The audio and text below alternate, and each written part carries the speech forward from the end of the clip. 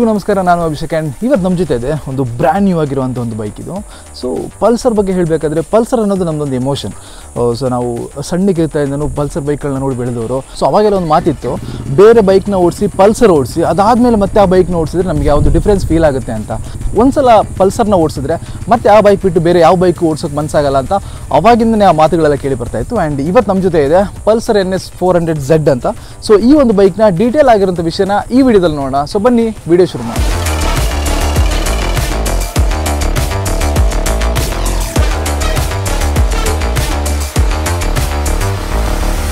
So ಮೊದಲಿಗೆ ನಾನು ಆವಾಗಲೇ ಹೇಳ್ದಂಗೆ ಪಲ್ಸರ್ ಇಲ್ಲಿ ತನಕ NS ಸೀರೀಸಲ್ಲಿ 4 ಮಾಡೆಲ್ನ ರಿಲೀಸ್ ಮಾಡಿದೆ. ಅಂದರೆ NS ಅಲ್ಲಿ 125 ಆಗಿರ್ಬೋದು, 160 ಆಗಿರ್ಬೋದು, 200 ಪಲ್ಸರ್ ಆಗಿರ್ಬೋದು. ಆ್ಯಂಡ್ ಇವಾಗ 400 ಪಲ್ಸರ್ ಇದೆ, 400 NS ಇದೆ ಇಲ್ಲಿ. ಸೊ ಇದರಲ್ಲಿ ಪಲ್ಸರ್ 200 ಏನಿದೆ ಅದು ಆ್ಯಕ್ಚುಲಿ NS ಸೀರೀಸ್ನ ಸ್ಟಾರ್ಟ್ ಮಾಡಿದವರು ಪಲ್ಸರ್ 200ಇಂದ. ಸೊ ಅಲ್ಲಿಂದ ಅದನ್ನು ಅಪ್ಡೇಟ್ ಮಾಡಿದ್ರು, ಅದಾದಮೇಲೆ 160ಗೆ ಬಂದರು, ಅದಾದಮೇಲೆ 125ಗೆ ಬಂದರು. ಆ್ಯಂಡ್ ಅದಾದಮೇಲೆ ತುಂಬ ಜನ ಕೇಳ್ತಾ ಇದ್ರು, ಯಾವಾಗ ದೊಡ್ಡದಾಗಿರುವಂಥ ಪಲ್ಸರ್ ಯಾವಾಗ ಬರುತ್ತೆ, ಒಂದು 400cc 300cc ಪಲ್ಸರ್ ಯಾವಾಗ ಬರುತ್ತೆ ಅಂತ ಎಲ್ಲರೂ ಕಾಯ್ತಾ ಇದ್ರು. ಸೊ ಈಗ ಕೊನೆಗೂ ನಮ್ಮ ಜೊತೆ ಇದೆ ಪಲ್ಸರ್ನ NS 400Z ಅನ್ನೋಂಥ ಈ ಒಂದು ಬೈಕು. ಸೊ Z ಅನ್ನೋದು ಏನು ಅಂತ ತುಂಬ ಜನಕ್ಕೆ ಡೌಟ್ ಇತ್ತು. ಸೊ NS ಈ ಒಂದು ಬೈಕ್ನ ಅವ್ರು ಮೊನ್ನೆ ಲಾಂಚ್ ಮಾಡಿದಾಗ ಸೊ ಅದರಲ್ಲಿ Z ಅಂದರೆ ಏನು ಅನ್ನೋದು ತುಂಬ ಜನರಿಗೆ ಡೌಟೆಲ್ಲ ಇತ್ತು. ಸೊ ಇವತ್ತು ಆ ಒಂದು ಡೌಟನ್ನು ಕೂಡ ಈ ವಿಡಿಯೋದಲ್ಲಿ ಕ್ಲಿಯರ್ ಮಾಡ್ತಾ ಇದ್ದೀನಿ. ಸೊ ಬನ್ನಿ ಡೀಟೇಲ್ ಆಗಿ ಒಂದೊಂದು ವಿಷಯ ನೋಡೋಣ. ಸೊ ನಮಗೆ ಫ್ರಂಟಲ್ಲಿ ಡಿಸೈನ್ ಲ್ಯಾಂಗ್ವೇಜಲ್ಲಿ ನೋಡಿದರೆ ತುಂಬ ಅಗ್ರೆಸಿವ್ ಆಗಿರೋಂಥ ಒಂದು ಡಿಸೈನ್ ಲ್ಯಾಂಗ್ವೇಜ್ ಅಂತಲೇ ಹೇಳ್ಬೋದು ನಮಗೆ. ಇಲ್ಲಿ ಅದಕ್ಕೆ ಮೇಯ್ನ್ ಆಗಿರೋಂಥ ಕಾರಣ ಏನು ಅಂದರೆ ಈ ಒಂದು DRLಗಳು ಆ್ಯಂಡ್ ಒಂದು LED ಹೆಡ್ಲ್ಯಾಂಪ್ ಏನಿದೆ ಇಲ್ಲಿ. ಸೊ ಅದು ಪ್ರೊಜೆಕ್ಟರ್ ಹೆಡ್ಲ್ಯಾಂಪ್ ನಮ್ಗೆ ಕೊಟ್ಟಿದ್ದಾರೆ. ಸೊ ಈ ಒಂದು DRL ಬಗ್ಗೆ ಮಾತಾಡಬೇಕಾದ್ರೆ ಇದನ್ನೇ Z ಅಂತ ಹೇಳೋದು. ಸೊ Z ಅಂದರೆ ಬೇರೆ ಏನೂ ಅಲ್ಲ. NS 400Z ಅಲ್ಲಿರುವಂಥ Z ಯಾವುದು ಅಂದರೆ ಸೊ ಈ Z. ಸೊ ಇದಾದಮೇಲೆ ಅವರು ಹೇಳ್ತಿದ್ದಾರೆ ಸದ್ಯಕ್ಕೆ ಈ ಒಂದು ಬೈಕಲ್ಲಿ Z ಅನ್ನೋಂಥ ಒಂದು ಎಲಿಮೆಂಟ್ ಇದು ಮಾತ್ರ ಇದೆ, ಅದಾದಮೇಲೆ ತುಂಬ ಅಪ್ಡೇಟ್ಗಳೆಲ್ಲ ಇದಕ್ಕೆ ತರ್ತಾರೆ. ಸೊ ಅದು ಆಗುವಾಗ ನಮಗೆ Z ಅನ್ನೋಂಥದ್ದು ಏನಂತ ವೆಯ್ಟ್ ಮಾಡಿ ನೋಡಿ ಅಂತ ಅವ್ರು ಹೇಳಿದ್ದಾರೆ. ಸೊ ಅದೇ ರೀತಿ ನಾವು ಇನ್ನೂ ಸ್ವಲ್ಪ ಕೆಳಗೆ ಬಂದರೆ ನಮಗೆ ಇದರಲ್ಲಿ ಸಿಗುವಂಥ ಮತ್ತೊಂದು ದೊಡ್ಡದಾಗಿರುವಂಥ ವಿಷಯ ಏನು ಅಂದರೆ ಇದರ ಒಂದು ಶ್ಯಾಂಪೇನ್ ಕಲರ್ನ USD ಫೋಕ್ ಅಂತಲೇ ಹೇಳ್ಬೋದು. ಸೊ ನಮಗೆ ಇದರಲ್ಲಿ USD ಫೋಕ್ ಕೂಡ ಸಿಗುತ್ತೆ. ಅದೇ ರೀತಿ ನಮಗೆ ಫ್ರಂಟಲ್ಲಿ ನೋಡೋದಾದ್ರೆ ನಮಗೆ ಡಿಸ್ಕ್ ಬರುತ್ತೆ. ಸೊ ಹಿಂದ್ಗಡೆ ಡಿಸ್ಕ್ ಬರುತ್ತೆ ಆ್ಯಂಡ್ ತುಂಬ ವೈಡ್ ಆಗಿರುವಂಥ ಟೈರ್ ಬರುತ್ತೆ. ಸೊ ಅದೇ ರೀತಿ ಟೋಟಲ್ ನೋಡ್ಬೇಕಾದ್ರೆ ಒಂದು ಪಲ್ಸರಿಗೆ ಅಪ್ಡೇಟ್ ಕೊಡಬೇಕು ಅಂತ ಅವ್ರು ಏನು ಕೊಟ್ಟಿದ್ದಾರೋ ಅದನ್ನ ಕೊಟ್ಟಿದ್ದಾರೆ. ಆ್ಯಂಡ್ ಕೆಲವೊಂದು ಕಡೆ ಅವರು ಅಪ್ಡೇಟ್ ಕೊಟ್ಟಿಲ್ಲ, ಅಂದರೆ ಎಲ್ಲಿ ಅವರು ದುಡ್ಡನ್ನು ಖರ್ಚು ಮಾಡಬೇಕು ಅಲ್ಲಿ ದುಡ್ಡನ್ನು ಖರ್ಚು ಮಾಡಿ ಡಿಸೈನ್ ಎಲ್ಲ ತಂದಿದ್ದಾರೆ. ಸೊ ಅದನ್ನ ಕೂಡ ನಾನು ಹೇಳ್ತಾ ಹೋಗ್ತೀನಿ. ಸೊ ಇನ್ನು ಹಾಗೆ ನಾವು ಫ್ರಂಟಲ್ಲಿ ನೋಡೋಕೆ ನಮಗೆ ಸಿಗುವಂಥದ್ದು ಇಲ್ಲಿ NS 400 ಅಂತ ಒಂದು ಸಣ್ಣದಾಗಿರುವಂಥದ್ದು ಬ್ಯಾಡ್ಜಿಂಗ್ನ ಕೊಟ್ಟಿದ್ದಾರೆ. ಇನ್ನು ರಿಯರಿಗೆ ಬರುವಾಗ ನಮಗೆ ಮೇಯ್ನಾಗಿ ಕಾಣುವಂಥದ್ದು ಏನಂದರೆ ಈ ಒಂದು ಟ್ಯಾಂಕ್ ಅಂತಲೇ ಹೇಳ್ಬೋದು. ಸೊ ಇದನ್ನ ಎಲ್ಲೋ ನೋಡ್ದಂಗೆ ಇದೆಯಲ್ಲ ಅಂತ ಅನಿಸಿದ್ರೆ ಸೊ ಇದು ಖಂಡಿತ NS 200ನ ಟ್ಯಾಂಕ್ ಹೌದಿದು. ಆ್ಯಂಡ್ ಅದಕ್ಕೆ ಒಂದು ಸ್ವಲ್ಪ ಚೇಂಜಸ್ನೆಲ್ಲ ಮಾಡಿ ಇಲ್ಲೊಂದು ಸ್ವಲ್ಪ ಗ್ರಾಫಿಕ್ಸ್ನೆಲ್ಲ ಹಾಕಿ ಅವರು ಇದು ಸ್ವಲ್ಪ ದೊಡ್ಡದಾಗಿ ಬಿಟ್ಟಿದ್ದಾರೆ. ಸೊ ಇನ್ನೊಂದು ವಿಷಯ ಏನು ಅಂದರೆ ನಮಗೆ ಇಲ್ಲಿ ರಿಯರ್ ವ್ಯೂ ಮಿರರ್ ಕೊಟ್ಟಿದ್ದಾರೆ. ಸೊ ಇದನ್ನೇನು ಚೇಂಜ್ ಮಾಡಿಲ್ಲ. ಸೊ ಬಿಲ್ಡ್ ಕ್ವಾಲಿಟಿ ಎಲ್ಲ ತುಂಬ ಚೆನ್ನಾಗಿರುವಂಥ ಒಂದು ವ್ಯೂ ಮಿರರ್ ಇದು. ಆ್ಯಂಡ್ ಅದೇ ರೀತಿ ನಾವು ಸೈಡಿಗೆ ಬಂದರೆ ನಮಗೆ ಇಲ್ಲಿ ನೋಡ್ಬೋದು ಇಲ್ಲಿ ಎಂಜಿನ್ನ ಕೊಟ್ಟಿದ್ದಾರೆ. ಸೊ ಅದು ನಮಗೆ ಒಂದು 200 ಡಿಸೈನ್ ಲ್ಯಾಂಗ್ವೇಜ್ ನಾವಿಲ್ಲಿ ನೋಡ್ಬೋದು. ಸೊ ಅದೇ ರೀತಿಯಲ್ಲಿ ಬಂದಾಗ ಡ್ಯುಯಲ್ ಟೋನಲ್ಲಿ ಕೊಟ್ಟಿದ್ದಾರೆ ಇದು. ಸೊ ರಿಯರಲ್ಲಿ ಬ್ಲ್ಯಾಕ್ ಇರುತ್ತೆ. ಆ್ಯಂಡ್ ನಾವು ಹಿಂದ್ಗಡೆ ಬರ್ತಾ ನಮಗೆ 200ನೇ ನೋಡ್ದಂಗೆ ಆಗುತ್ತೆ, NS 200ನೇ ನೋಡ್ದಂಗೆ ಆಗುತ್ತೆ. ಆ್ಯಂಡ್ ರಿಯಲ್ ನಮಗೆ LED ಟೇಲ್ ಲ್ಯಾಂಪ್ನ ಕೊಟ್ಟಿದ್ದಾರೆ. ಅದೇ ರೀತಿ ನಮಗೆ 200ಅಲ್ಲಿ ಬರ್ತಾ ಇದ್ದಂತಹ ಸೇಮ್ ಬ್ರೇಕ್ ಲೈಟ್ನ ಕೂಡ ಇಲ್ಲಿ ಕೊಟ್ಟಿದ್ದಾರೆ.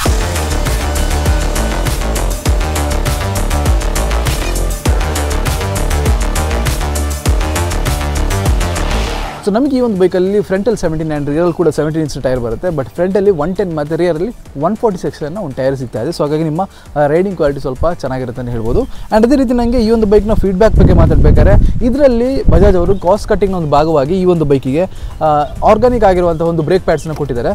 400cc 40 bhp ಪ್ರೊಡ್ಯೂಸ್ ಮಾಡುವಂಥ ಒಂದು ಬೈಕಿಗೆ ಆ ಒಂದು ಬ್ರೇಕ್ ಪ್ಯಾಡ್ ಸಾಕಾಗಲ್ಲ ಅಂತ ನನ್ನೊಂದು ಅಭಿಪ್ರಾಯ. ಯಾಕೆಂದರೆ ನಾವು ರೈಡ್ ಮಾಡಿ ನೋಡಿದಾಗ ಗೊತ್ತಾಯಿತು ಅಷ್ಟೊಂದು ಕ್ಲಿಯರ್ ಆಗಿರುವಂಥ ಒಂದು ಬೈಟ್ ಇಲ್ಲ. ಸೊ ಅದನ್ನು ಇಂಪ್ರೂವ್ ಮಾಡೋಕ್ಕೋಸ್ಕರ ಸಿಂಟೆಡ್ ಬ್ರೇಕ್ ಪ್ಯಾಡ್ನ ಅವ್ರು ಯೂಸ್ ಮಾಡ್ಬೋದಿತ್ತು. ಬಟ್ ಇನ್ನೊಂದು ಖುಷಿಯ ವಿಚಾರ ಏನು ಅಂದರೆ ಇವರು ಬಜಾಜ್ ಅವರು ಈ ಒಂದು ಬೈಕಿಗೆ ಸಿಂಟೆಡ್ ಬ್ರೇಕ್ ಪ್ಯಾಡ್ನ ಒಂದು ಆಪ್ಷನ್ ಎಲ್ಲ ಕೊಡ್ತಾ ಇದ್ದಾರೆ. ಸೊ ನೀವು ಹೆಚ್ಚುವರಿಯಾಗಿ ಒಂದು ಸ್ವಲ್ಪ ದುಡ್ಡು ಕೊಟ್ಟು ಆ ಒಂದು ಬ್ರೇಕ್ ಪ್ಯಾಡ್ನ ಹಾಕೊಬೋದು. ಸೊ ನನ್ನ ಸಜೆಷನ್ ಏನು ಅಂದರೆ ನೀವು ಅದನ್ನ ಬಳಸೋದು ತುಂಬ ಒಳ್ಳೆಯದು, ಈ ಒಂದು ಪವರ್ನ ಕಂಟ್ರೋಲ್ ಮಾಡೋದಕ್ಕೆ ಅಂತಲೇ ಹೇಳ್ಬೋದು. ಆ್ಯಂಡ್ ಅದೇ ರೀತಿ ಇನ್ನೊಂದು ನನ್ನ ಒಂದು ಫೀಡ್ಬ್ಯಾಕ್ ಏನು ಅಂದರೆ ಇದೊಂದು ರೇಡಿಯೇಟರ್ ಅಂತಲೇ ಹೇಳ್ಬೋದು.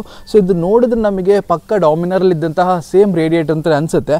ಬಟ್ ಇದು ಅದರಲ್ಲಿದ್ದಂಥ ರೇಡಿಯೇಟರ್ ಅಲ್ಲ. ಅದೇ ರೀತಿ ಡಿಸೈನ್ ಮಾಡಿ ಅಷ್ಟೇ ಲೆಂತಲ್ಲೆಲ್ಲ ಇಟ್ಟಿದ್ದಾರೆ. ಬಟ್ ಇದೊಂದು ಫ್ಲಾಟ್ ಆಗಿರುವಂಥ ರೇಡಿಯೇಟರ್, ಇದಕ್ಕೋಸ್ಕರನೇ ಅವರು ಡಿಸೈನ್ ಮಾಡಿರುವಂಥ ರೇಡಿಯೇಟರ್ ಅದು. ಸೊ ಅದರಲ್ಲಿ ನನಗೆ ಒಂದು ಸ್ವಲ್ಪ ಹೀಟಿಂಗ್ ಇಶ್ಯೂ ಎಲ್ಲ ಸ್ವಲ್ಪ ಫೀಲ್ ಆಯಿತು. ನಾವು ಮೊದಲಿಗೆ ಈ ಒಂದು ಟೆಂಪ್ರೇಚರ್ ಅಂತ ಸಿಕ್ಕಾಪಟ್ಟೆ ಜಾಸ್ತಿ ಇದೆ ಪೂನಾದಲ್ಲಿ.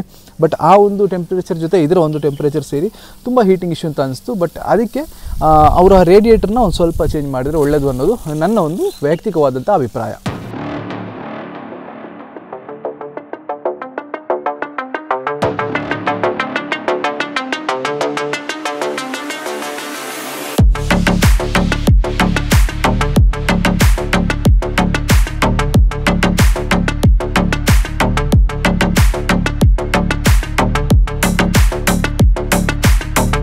ಸೊ ಅದೇ ರೀತಿ ಇನ್ನೂ ಈ ಒಂದು ಬೈಕಲ್ಲಿ ಕೂತು ಮಾತಾಡೋಂಥ ವಿಷಯ ಏನು ಅಂದರೆ ತುಂಬಾ ನಾವು 200 ಏನಿತ್ತು ಆ ಒಂದು ಡಿಸೈನ್ ಲ್ಯಾಂಗ್ವೇಜ್ನ ಇದನ್ನ ಹೊಂದಿದೆ, ಅಂದರೆ ರೈಡಿಂಗ್ ಎಕನಾಮಿಕ್ಸ್ ಕೂಡ ಅದೇ ರೀತಿ ಹೊಂದಿದೆ. ಸೊ ನಮಗೆ ಇದರಲ್ಲಿ ತುಂಬ ಫೀಚರ್ಸ್ ಸಿಗುತ್ತೆ. ನಮಗೆ ಇದರಲ್ಲಿ ಯಾವುದು ಸಿಗಲ್ಲ ಅಂತ ಇಲ್ಲ. ಟ್ರಾಕ್ಷನ್ ಕಂಟ್ರೋಲ್ ಆಗಿರ್ಬೋದು, USB ಚಾರ್ಜರ್ ಆಗಿರ್ಬೋದು, ನಮಗೆ ಡ್ಯುಯಲ್ ಚಾನಲ್ ABS ಆಗಿರ್ಬೋದು. ಸೊ ಈ ರೀತಿ ಒಂದು ಪಲ್ಸರ್ಗೆ 400cc ಏನೇನು ಬೇಕು ಅದೆಲ್ಲ ನಮಗೆ ಸಿಗ್ತಾ ಇದೆ. ಸೊ ಇನ್ನು ನಮಗೆ ಈ ಒಂದು ಬೈಕಲ್ಲಿ ಕಲರ್ ಡಿಸ್ಪ್ಲೇ ಕೊಟ್ಟಿದ್ದಾರೆ, ಕಲರ್ LCD ಡಿಸ್ಪ್ಲೇ ಕೊಟ್ಟಿದ್ದಾರೆ. ಸೊ ಅದ್ರಲ್ಲಿ ನಿಮಗೆ ಬೇಕಾದಂಥ ಎಲ್ಲ ಇನ್ಫಾರ್ಮೇಷನ್ ಕೂಡ ಸಿಗುತ್ತೆ. ಅದೇ ರೀತಿ ನಿಮಗೆ ಇದರಲ್ಲಿ ಇರುವಂತಹ ಬ್ಲೂಟೂತ್ ಕನೆಕ್ಟಿವಿಟಿ ಆಗಿರ್ಬೋದು ತುಂಬ ಹೆಲ್ಪ್ ಆಗುತ್ತೆ. ಫೋನಲ್ಲಿ ಹೋಗ್ತಾ ಟರ್ನ್ ಬೈ ಟರ್ನ್ ನ್ಯಾವಿಗೇಷನ್ ಸಿಗುತ್ತೆ. ಸೊ ನಿಮಗೆ ಬೇಕಾದಂಥ ಕನ್ವೀನಿಯನ್ಸಿಗೆ ಬೇಕಾದಂತಹ ಒಂದು ಎಲ್ಲ ವಿಷಯಗಳನ್ನ ಕೊಟ್ಟಿದ್ದಾರೆ. ಸೊ ಇನ್ನು ಇದರಲ್ಲಿ ಡಿಸ್ಕಸ್ ಮಾಡಲೇಬೇಕಾದಂಥ ವಿಷಯ ಏನು ಅಂದರೆ ಇದರಲ್ಲಿ ರೈಡಿಂಗ್ ಮೋಡ್ಸ್ ಅಂತಲೇ ಹೇಳ್ಬೋದು. ಸೊ ನಿಮಗೆ ಇದರಲ್ಲಿ 4 ರೈಡಿಂಗ್ ಮೋಡ್ ಕೊಟ್ಟಿದ್ದಾರೆ, ರೋಡು, ಸ್ಪೋರ್ಟು, ರೈನ್ ಮತ್ತು ಆಫ್ ರೋಡ್ ಅಂತ. ಸೊ ನೀವು ಆಫ್ ರೋಡ್ ಹೋಗುವಾಗ ಬೇಕಾದಂಥ ರೀತಿಯಲ್ಲಿ ನೀವು ಇದನ್ನು ಆ ಒಂದು ಮೋಡನ್ನು ಹಾಕೊಂಡ್ರೆ ನಿಮಗೆ ಬೇಕಾದಂಥ ರೀತಿಯಲ್ಲಿ ABS ಎಲ್ಲ ಅಡ್ಜಸ್ಟ್ ಆಗುತ್ತೆ. ಸೊ ಪ್ರತಿಯೊಂದು ಮೋಡ್ಗೂ ಕೂಡ ಅದಕ್ಕೆ ಬೇಕಾದಂಥ ರೀತಿಯಲ್ಲಿ ABSನವರು ಅಡ್ಜಸ್ಟ್ ಮಾಡಿಟ್ಟಿದ್ದಾರೆ. ಸೊ ಆ ರೀತಿ ನಮಗೆ ಅದನ್ನು ಯೂಸ್ ಮಾಡ್ಕೊಂಡು ಹೋಗ್ಬೋದು. ಸೊ ತುಂಬ ಯೂಸ್ಫುಲ್ ಆಗುವಂಥ ತುಂಬ ಫೀಚರ್ಗಳೆಲ್ಲ ಈ ಒಂದು ಬೈಕಲ್ಲಿದೆ. ಆ್ಯಂಡ್ ಇನ್ನು ಇದರ ರೈಡಿಂಗ್ ಬಗ್ಗೆ ಮಾತಾಡಬೇಕಾದ್ರೆ ಟಾಪ್ ಸ್ಪೀಡ್ ನಾವು ಇದನ್ನು ಟ್ರ್ಯಾಕಲ್ಲಿ 162 ತನಕ ಕ್ರಾಸ್ ಮಾಡಿದ್ದೀವಿ, ಅಷ್ಟು ಕೂಡ ರೀಚ್ ಮಾಡಿದ್ದೀವಿ.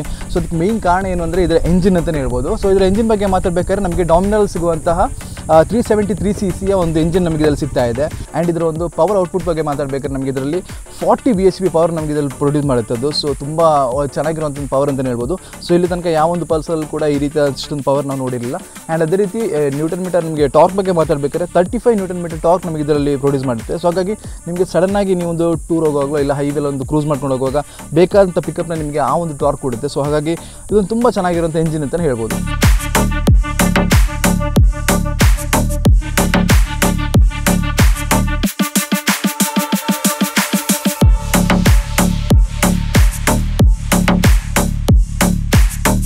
ಸೊ ಇದಿಷ್ಟು ಹೊಸ NS 400Z ಬಗ್ಗೆ. ಸೊ ಇದರ ಪ್ರೈಸ್ ಬಗ್ಗೆ ಮಾತಾಡಬೇಕಾದ್ರೆ 1.85 lakhsಲ್ಲಿ ನಿಮಗೆ ಎಕ್ಸ್-ಶೋರೂಮಲ್ಲಿ ನಿಮಗೆ ಸ್ಟಾರ್ಟ್ ಆಗುತ್ತೆ.